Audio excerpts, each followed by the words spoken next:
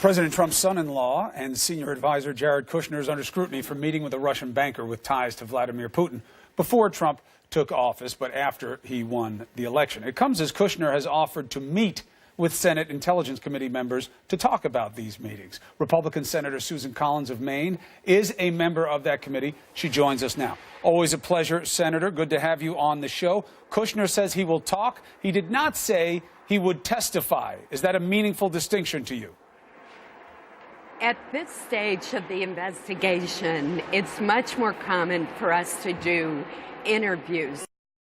That way we don't have to deal with lawyers on either side setting the rules, and we can often get more information. If later on it becomes evident that we need a formal deposition under oath, then I'm sure that will be done.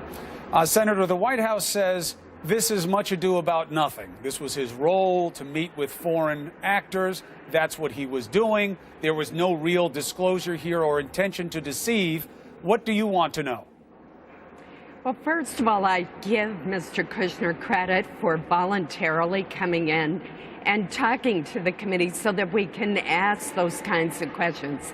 It's interesting that the Russians yesterday seemed to contradict what Jared Kushner said when he said that he was acting as a liaison between the campaign and foreign governments, a role that is not unusual in any presidential campaign. But then the Russians said that it had to do with his business dealings. So I'm sure that that will be an issue that we'll try to clarify. Do you think the Russians are just trying to further disrupt? They said they didn't know about this meeting. The word from the Kremlin was they identified him as the head of Kushner Development as opposed to his title with the White House. They might just be trying to make trouble here, right? Absolutely. If there's anything that we've learned over the past few months, it is that the Russians are not our friends. They cannot be trusted. They, in some ways, have succeeded in sowing doubt and the seeds of confusion about what happened last fall. And that's what they do with all Western democracies. And this has been a long-standing practice of the Russians to spread disinformation. So I was not surprised when they contradicted Mr. Kushner's explanation of why he had these meetings.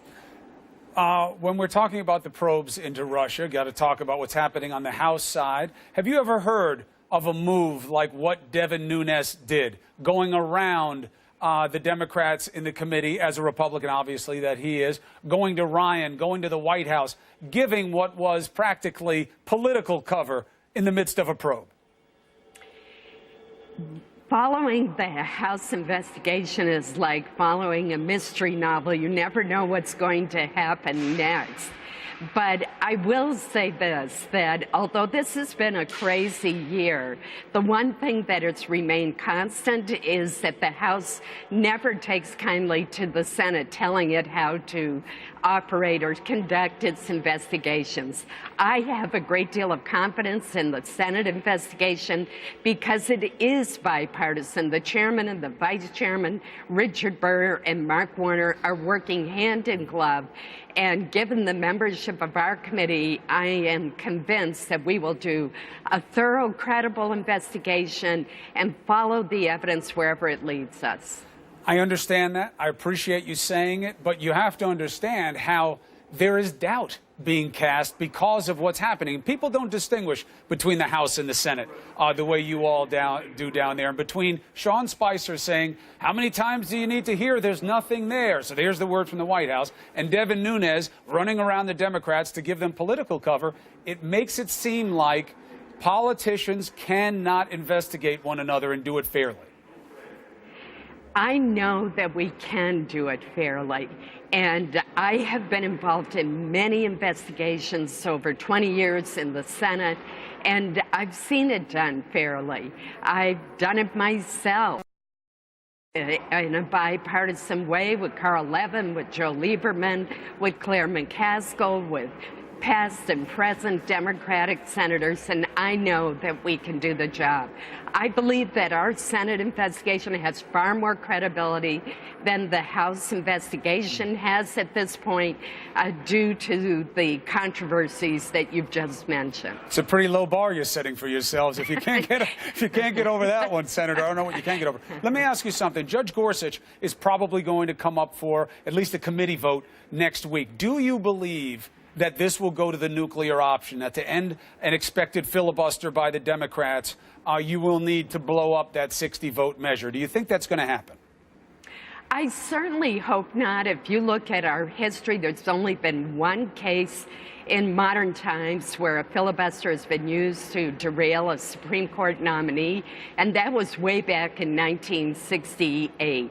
So the tradition has been to have a straight up and down vote on every Supreme Court nominee. I believe that's what Judge Gorsuch deserves.